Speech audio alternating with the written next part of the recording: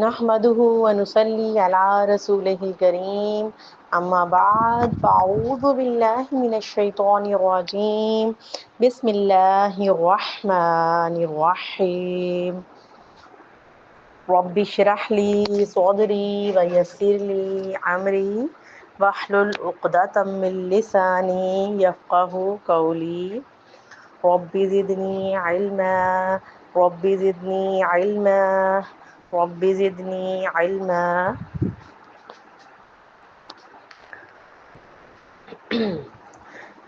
الحمد للہ رب العالمین والصلاة والسلام علی سید المرسلین خاتم النبیین محمد صلی اللہ علیہ وآلہ وسلم. السلام علیکم ورحمۃ اللہ وبرکاتہ. کیسے ہیں آپ سب؟ امید ہے ایمان اور صحت کی بہترین حالتوں میں ہوں گے انشاءاللہ. تو آج ہم لوگ ہماری سیرت کے اہم پہلوؤں کی سیریز کا نیکسٹ جو لیکچر ہے، تو چلیے سٹارٹ لیتے ہیں. اللہم صلی علی محمد وعلی آل محمد كما صليت على إبراهيم وعلى آل إبراهيم إنك حميد مجيد.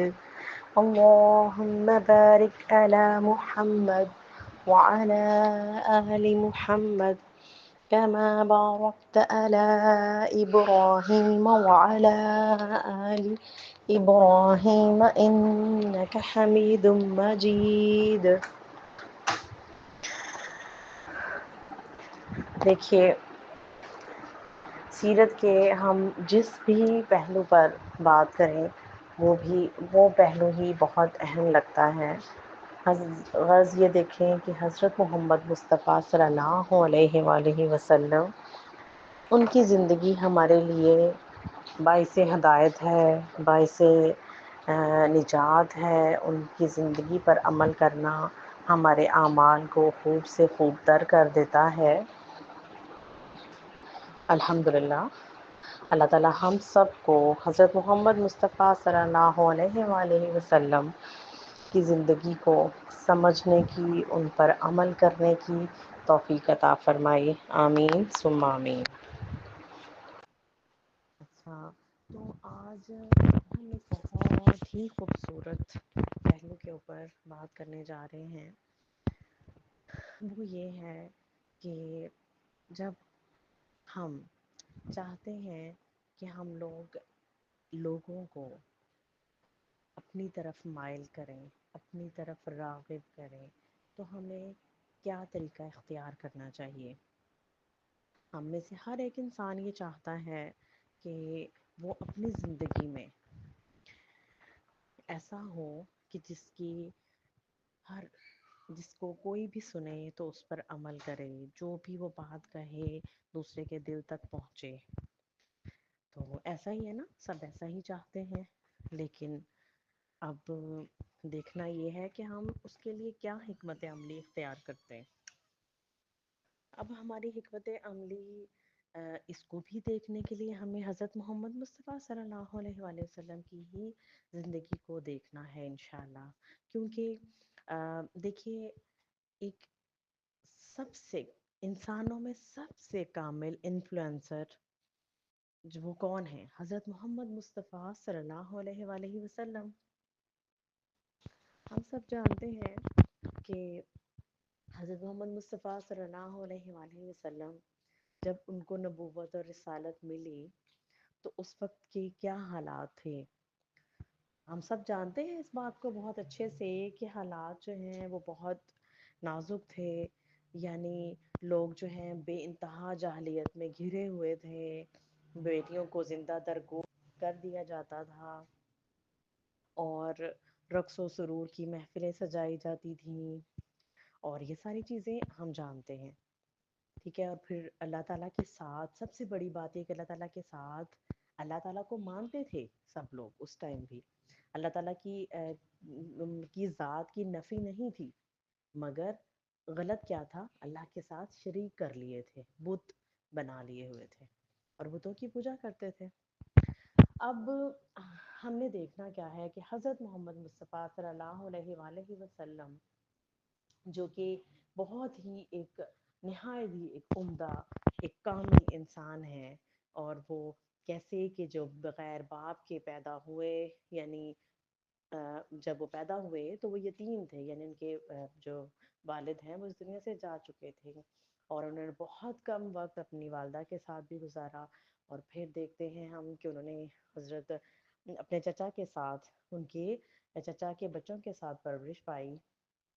اور کیونکہ اس ٹائم حضرت ابو طالب جو ہیں ان کی اولاد زیادہ تھی اور ان کے پاس مال کم تھا، لیکن اس کے باوجود بھی انہوں نے، ان کے دل بڑے تھے، ان کے دل وسیع تھے، یعنی وہ محبت رکھتے تھے اپنے بھتیجے سے بہت، اور انہوں نے اپنے بچوں کے ساتھ ہر چیز ان کو شیئر کی، اور ایک بہت جیسی لائف وہ اپنے بچوں کو دے رہے تھے ویسی ہی انہوں نے ان کو بھی دینے کی بھرپور کوشش کی۔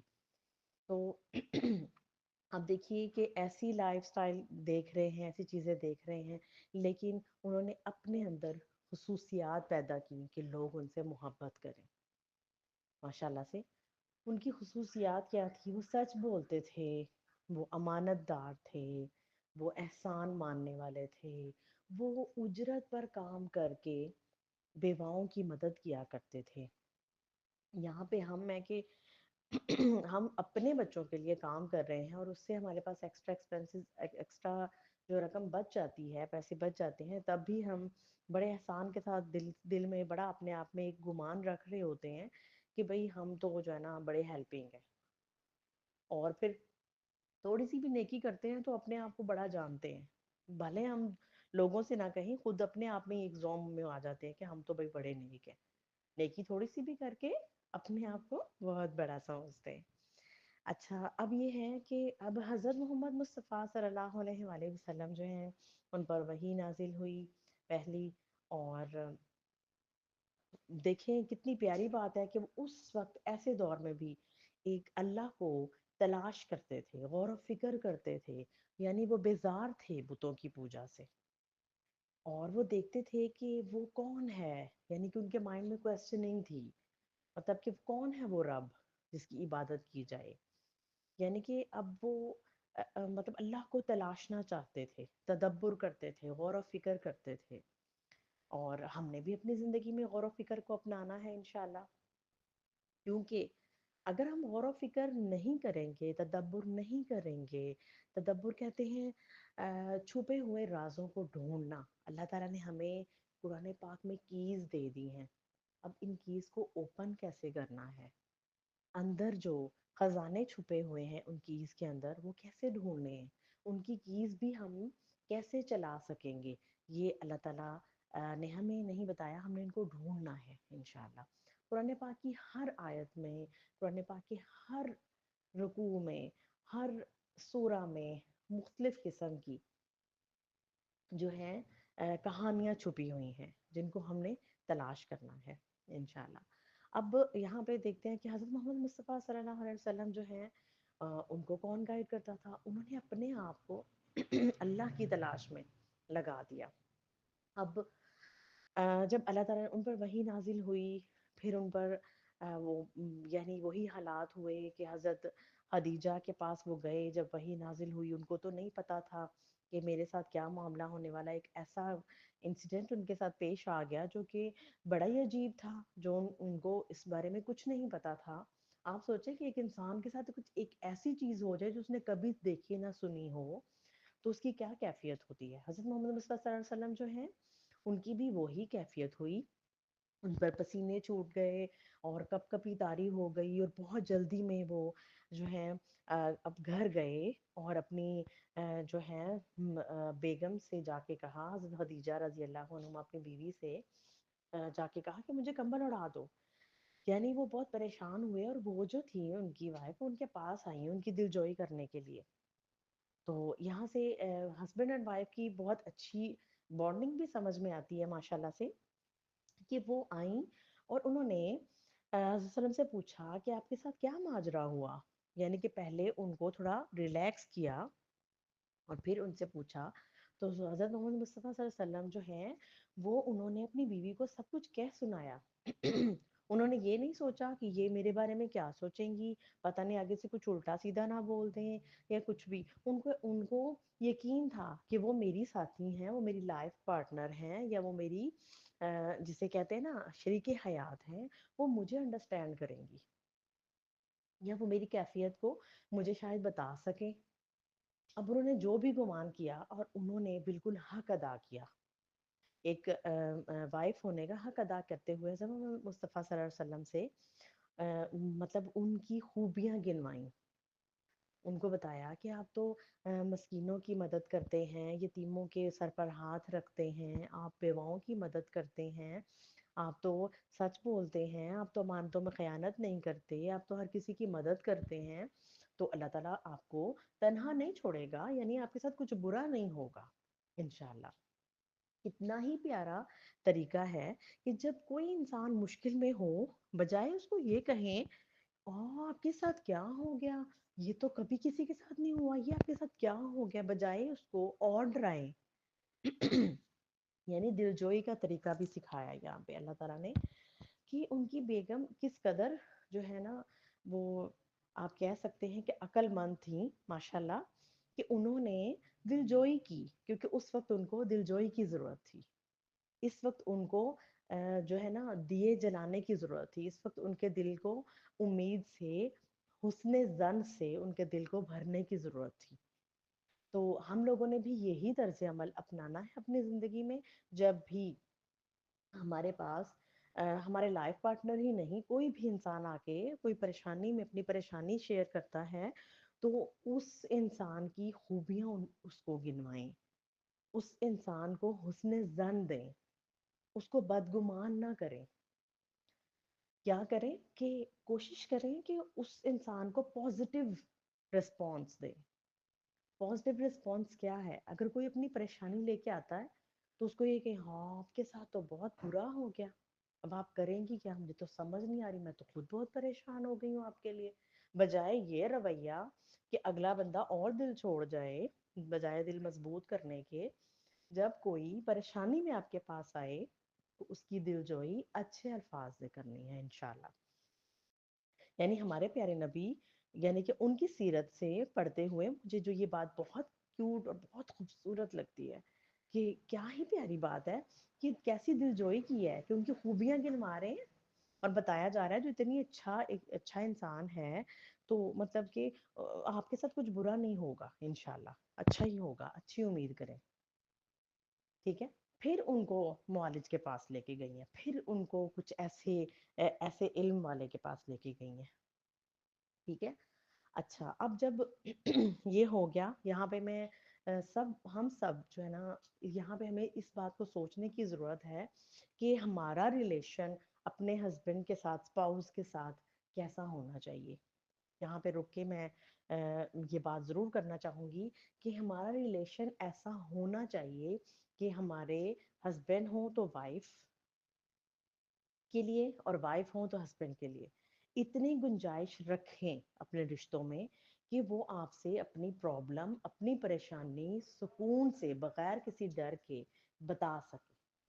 یہاں پہ یہ نہیں کہ سوچیں کہ یہ تو میرے اوپر چڑھ دوڑیں گی، جیسا کہ آج کل ہم پڑھے لکھے لوگ کر رہے ہیں. ہم ایجوکیشن کے نام پہ جو ہم لوگوں نے چیزیں اپنا لی ہوئی ہیں کہ ایک دوسرے کو نیچا دکھانے کا، کہ اسپاؤس مطلب کہ اگر کوئی وائف ہے وہ ارننگ کر رہی ہے تو وہ بھائی اس کا اپنا روب ہے، یا پھر اس کی اپنی ایک سوچ ہے کہ بس ٹھیک ہے جو میں کہہ رہی ہوں وہی صحیح ہے. ٹھیک ہے. اب یہاں پہ یہ بات سمجھنے کی ضرورت ہے کہ ہمیں ایک دوسرے کا ساتھ دینے والا بننا ہے انشاءاللہ کسی بھی لحاظ سے. اگر آپ ہسبینڈ وائف کے ریلیشن کو دیکھیں تو یہ ایسا رشتہ ہے جو سب سے پہلے بنا ہے. اللہ تعالیٰ نے انسان جب تخلیق کیے ہیں، حضرت آدم علیہ السلام کو جب تخلیق کیا تو کون سا رشتہ جو سب سے پہلے بنا؟ وہ ہے ہسبینڈ اور وائف کا. فیملی کی بنیاد ہی یہاں سے سٹارٹ ہوتی ہے، باقی سب رشتے اس کے بعد ہی بنتے ہیں نا. ماں باپ کا بے شک ان کے بہت درجات ہیں، لیکن جو رشتہ وجود میں آیا جس سے آگے وہ رشتے نکلتے ہیں تو وہ ہسبینڈ وائف کا تھا. ان کو ایک دوسرے کے سکون کے لیے پیدا کیا گیا. اب یہاں پہ دیکھنے کی بات یہ ہے کہ کیا ہم سکون کا باعث بنتے ہیں؟ یہاں ہی شوہر نے یا مطلب بیوی نے کوئی بات کہی، اس کو ڈانٹ کے بٹھا دیا، یہ نہیں کرنا. ہم نے ایک دوسرے کو عزت دینا سیکھنا ہے انشاءاللہ. حضرت محمد مصطفیٰ صلی اللہ علیہ وسلم کی جو لائف ہے وہ بھری ہوئی ہے. میں یہ کہتی ہوں کہ یہ رومانٹک ناولز اکثر لوگوں سے میں اکثر یہ کہتی ہوں کہ ہم کہتے ہیں کہ ہم ناول پڑھتے ہیں کہ ناول کے ہیروز بہت اچھے ہوتے ہیں، اور میں مطلب ہم اکثر لڑکیاں جو ہیں وہ یہ چیزیں بڑا فینٹیسائز کرتی ہیں. تو میں کہتی ہوں جتنا اچھا فینٹیسائز کرنے کے لیے، فینٹیسی کے لیے نا، جتنا اچھا حضرت محمد مصطفیٰ صلی اللہ علیہ وآلہ وسلم کی زندگی ہمارے لیے ہے.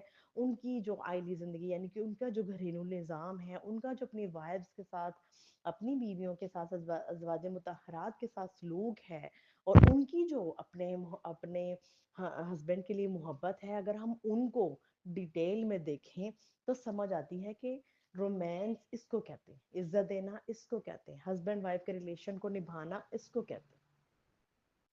تو سب سے پہلے تو یہ کہ سب لوگ حضرت محمد مصطفیٰ صلی اللہ علیہ وسلم کی جو آئلی زندگی ہے اس پر تدبر کریں گے، اسے پڑھیں گے، اس کا علم حاصل کریں گے انشاءاللہ.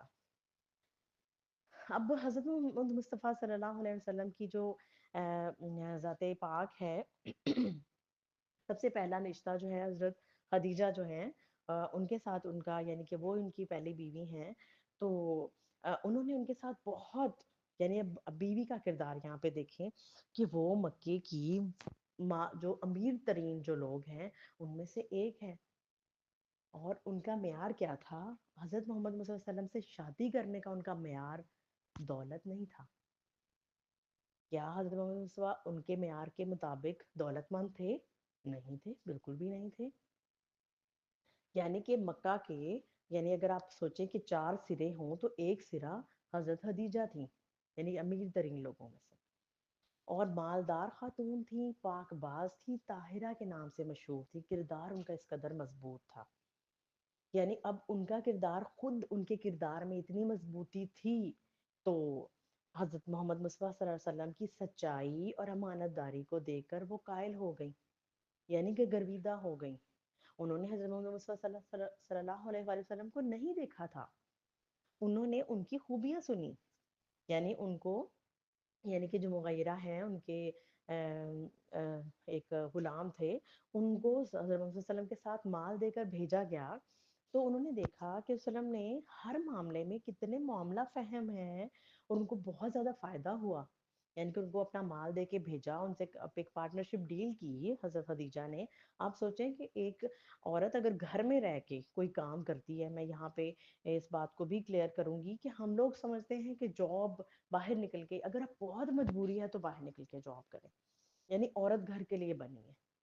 یہاں پہ بہت سارے لوگوں کو اعتراض ہوگا، لیکن اعتراضات آہستہ آہستہ دور ہوتے جائیں گے جیسے جیسے ہم دین کو سمجھیں گے. تو یعنی حضرت خدیجہ جو ہیں وہ بزنس ویمن تھیں.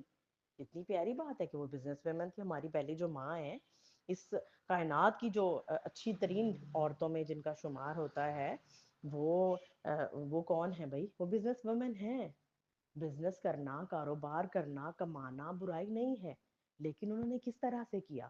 پردے میں رہ کے گھر میں، اور کاروبار کروایا.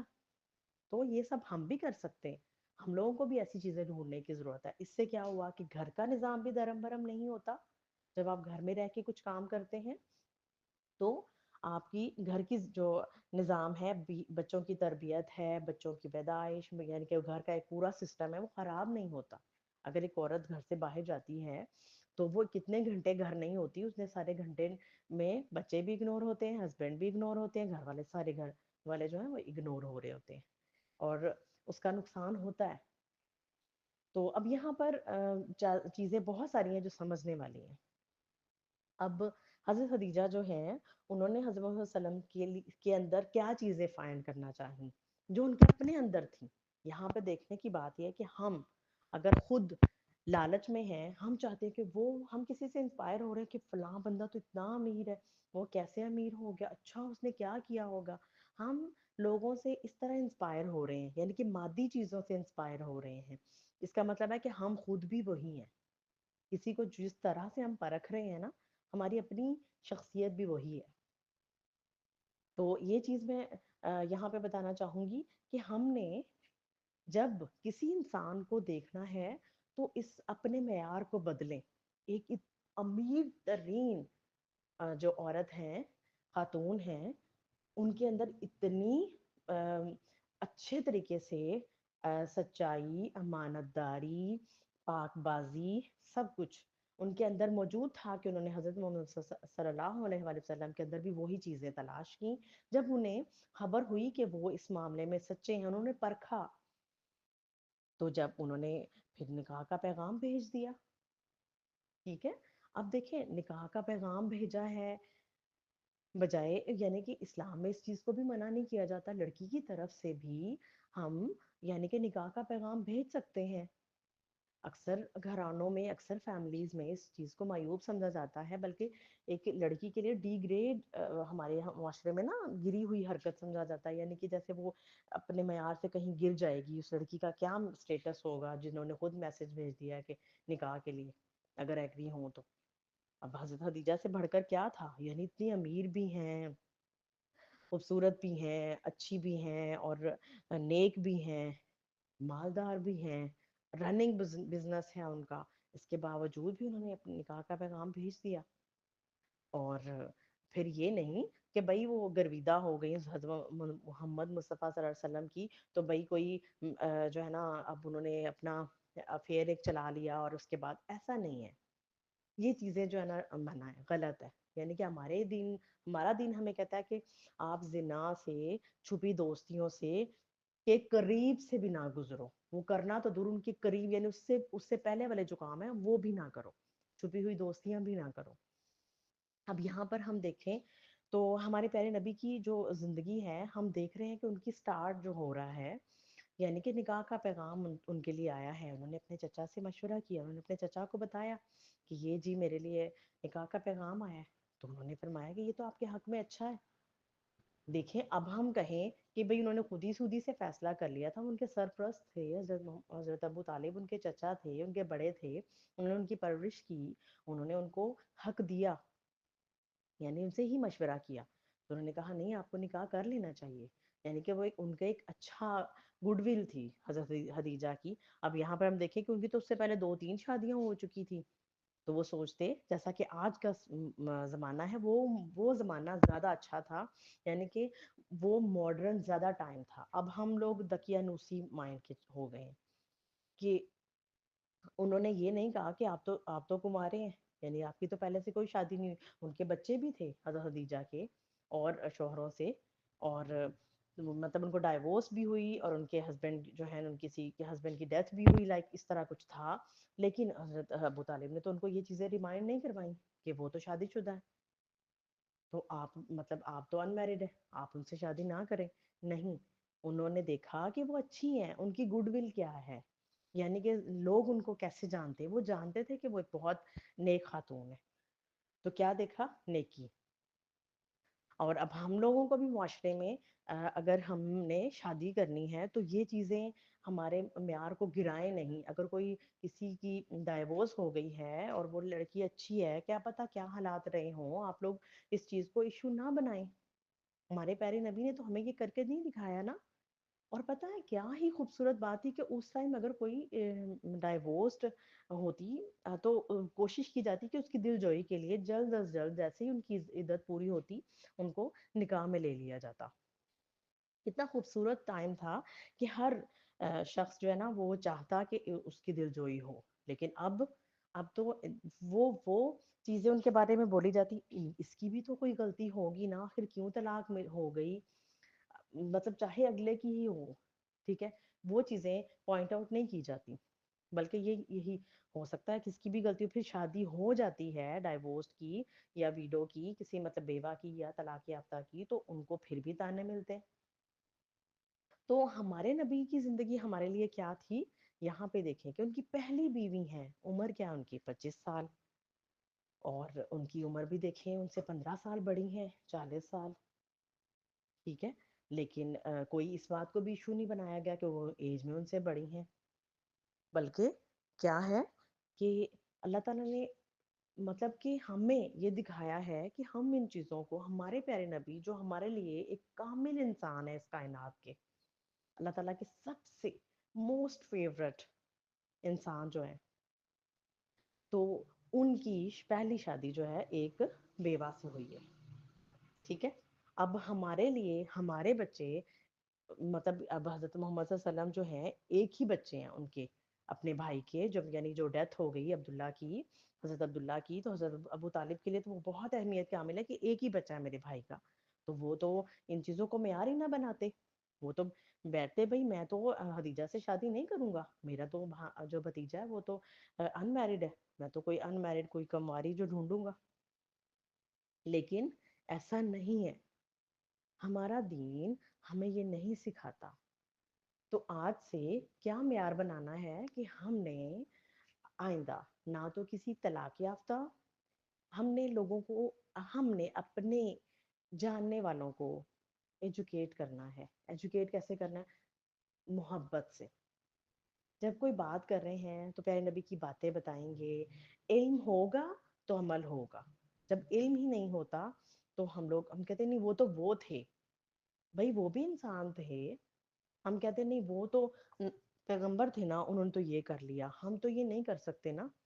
ان کے لیے تو مدد آ جاتی تھی.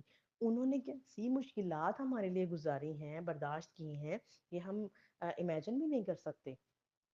پہلی تو بات یہ ہے کہ آج کے بعد سے یہ بات نہیں سوچنی کہ وہ کوئی اسپیشل چیز تھے، تو اسپیشل پرسن تھے، تو ہم لوگ مطلب وہ چیزیں نہیں کر سکتے جو وہ کرتے تھے. وہ اسپیشل پرسن تھے اور ان کی آزمائشیں بھی ہم سے کئی گنا، ہزار گنا زیادہ تھیں. تو وہ انسان تھے. اللہ تعالیٰ نے حضرت ابراہیم علیہ السلام کی دعا قبول کی کہ ایک ایسا انسان انہی کے اندر سے پیدا فرما جو ان کو انہی کی طرح کا ہو اور ان کو آیات پڑھ کے سنائے، یعنی کہ اللہ تعالیٰ سے قریب کرے. تو وہ ایک کامل انسان ہے بے شک. تو ان کی زندگی ہمارے لیے نمونہ ہونی چاہیے، نہ کہ ہم دیکھیں کہ مغرب میں لوگ یہ کرتے ہیں، نہ ہم یہ دیکھیں کہ جو امیر لوگ کیا کرتے ہیں. ہمارا نمونہ، ہماری زندگی میں رول ماڈل عام لوگ نہیں ہونے چاہیے. ہم لوگوں کی زندگی میں رول ماڈل جو ہیں وہ اللہ تعالیٰ نے ہمیں دے دیے ہیں، حضرت محمد مصطفیٰ صلی اللہ علیہ وآلہ وسلم. تو آج کے بعد ہم اپنی زندگی میں، اپنے جاننے والوں میں، آپ سب جو جن تک میرا پیغام پہنچے، وہ سب لوگ کسی طلاق یافتہ کو حقارت کی نظر سے نہیں دیکھیں گے، کسی بیوہ کو حقارت کی نظر سے نہیں دیکھیں گے. ان کو عام انسان سمجھیں. غلطی کسی سے بھی ہو سکتی ہے زندگی میں، اپ اینڈ ڈاؤن کسی کے بھی ہو سکتے ہیں. یہ ایک حلال چیز ہے، بے شک اللہ تعالیٰ نے اس کو ناپسند فرمایا ہے طلاق کو، لیکن ایک چیز ہے اللہ تعالیٰ نے اس کو حلال رکھا ہے کہ بعض دفعہ ایسی چیزیں ہوتی ہیں کہ وہ ایسے ٹاکسک ریلیشنز میں لوگ پھنس جاتے ہیں کہ اس کا حل پھر ڈائیورس ہی بچتا ہے. میں اس کو پروموٹ نہیں کر رہی ڈائیورس کو. کوشش 100% کی جائے کہ اپنا گھر نبھایا جائے، اپنا گھر بچایا جائے. لیکن اگر ایسا نہیں ہو پاتا تو ہم سب کو گنجائش رکھنی ہے. ہم نے سب نے گنجائش پیدا کرنی ہے انشاءاللہ. اور وہ گنجائش کے لیے ہمارے رول ماڈل کون ہوں گے؟ حضرت محمد مصطفیٰ صلی اللہ علیہ وسلم. یہاں پہ تو ہم پہلی بیوی کی بات کر رہے ہیں نا. ان کی تو صرف ایک ہی کنواری جو بیوی ہیں حضرت عائشہ تھی، باقی ان کی کوئی طلاق یافتہ تھی، کوئی بیوہ تھی. لیکن اللہ تعالیٰ نے حضرت محمد مصطفیٰ صلی اللہ علیہ وسلم کی زندگی ہمارے لیے نمونہ بنائی ہے. اب بیوی کو کیسا ہونا چاہیے؟ تو ہمیں حضرت خدیجہ کے کردار کو دیکھنا ہے کہ ان کے پاس دولت کی ریل پیل تھی. انہوں نے اپنی تمام تر دولت حضرت محمد مصطفیٰ صلی اللہ علیہ وسلم کو دے دی کہ وہ دین کی راہ میں، اللہ کی راہ میں اس کو استعمال میں لے آئیں.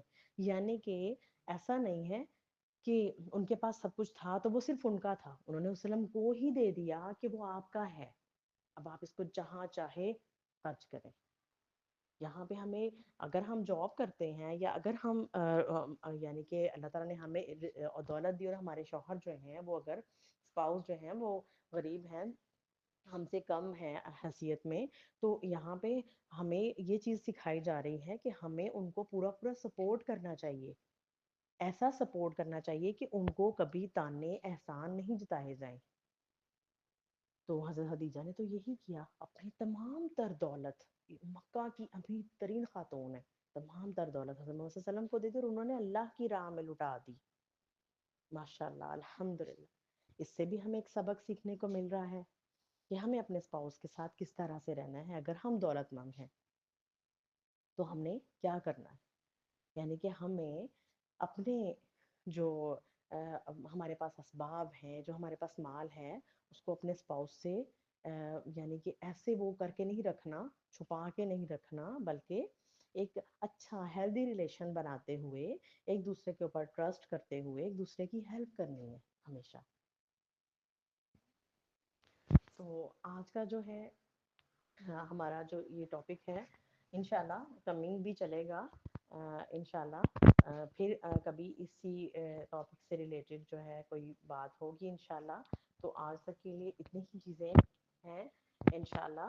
اور انشاءاللہ نیکسٹ لیکچر میں ایک ڈفرینٹ ٹاپک سے ہوگا، وسلم کی زندگی سے ایک ڈفرینٹ پہلو ہوگا. ایک پہلو کو دیکھتے ہیں تو اس میں سے ہزار پہلو نکلتے ہیں. کیا ہی خوبصورت ذات ہے حضرت محمد مصطفیٰ صلی اللہ علیہ وآلہ وسلم کی. ان پر لاکھوں اور کروڑوں درود، ہماری دل و جان ان پر حاضر، اور ان کی پیروی کرنے کے لیے ہم سب انشاءاللہ حاضر ہوں گے انشاءاللہ. ہمیں حضرت محمد مصطفیٰ صلی اللہ علیہ وسلم کی زندگی کو پڑھنا ہے، ان پر عمل کرنا ہے، ان کو سننا ہے، ان سے سمجھنا ہے، اور ان کی زندگی سے ہم نے ہدایت کے موت. یہاں پر ہمارا جو ٹاپک ہے وہ اختتام پذیر ہوتا ہے انشاءاللہ اس دعا کے ساتھ کہ اللہ تعالی ہمیں حضرت محمد مصطفیٰ صلی اللہ علیہ وسلم کی صحیح معنوں میں پیروی کرنے والا بنائے. آمین ثم آمین. سبحانک اللہم و بحمدک نشہد ان لا الہ الا انت نستغفرک و نتوب الیک. السلام علیکم ورحمۃ اللہ وبرکاتہ.